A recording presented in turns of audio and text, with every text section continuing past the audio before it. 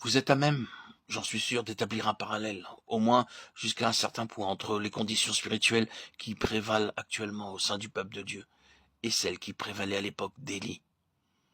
Plus notre sens spirituel s'affine, plus il devient évident pour nous que les choses ne sont pas ce qu'elles devraient être, ce qu'elles seraient si la vraie pensée de Dieu était réalisée. Aussi, est-ce bien d'une restauration qu'il s'agit aujourd'hui? Mais si le témoignage de Jésus doit être restauré dans sa plénitude, la chose ne pourra se faire que par les méthodes que ont utilisées Anne, Samuel et David, en leur personne, par leur personne. Ce que Dieu a en vue, ce n'est pas un système terrestre capable d'organiser, de représenter ou de matérialiser les choses, mais un instrument, un vaisseau de choix qui aura le témoignage de Jésus en dépôt dans sa plénitude.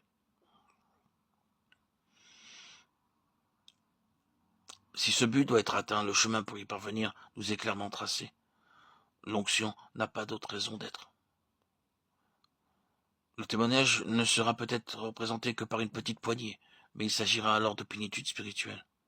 Et dans cet ordre de choses, c'est la plénitude qui fait la vraie grandeur, ce n'est pas le nombre. C'est sur cette dominante-là qu'il faut s'appuyer. Le témoignage et les méthodes personnifiées avec Anne, Samuel et David.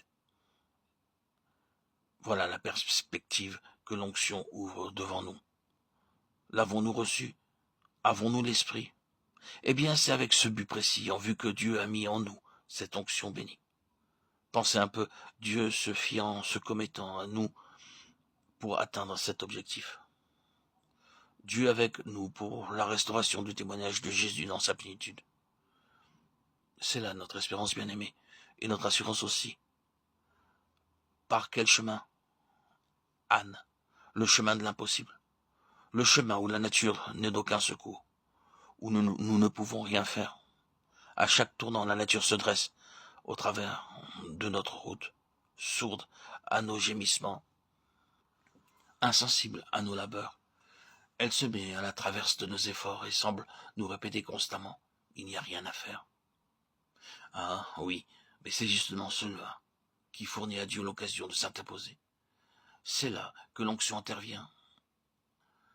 Je bénis Dieu de ce qu'il ait fallu Anne et Samuel pour frayer le chemin à l'onction de David.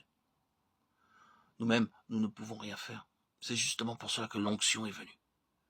Mais l'onction étant là, ce sont des perspectives illimitées qui s'ouvrent devant nous.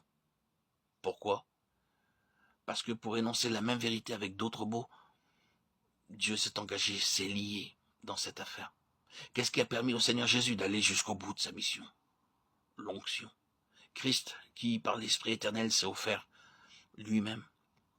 Dieu a oint du Saint-Esprit et de force Jésus de Nazareth, qui allait de lieu en lieu, faisant du bien et guérissant tous ceux qui étaient sous l'empire du diable.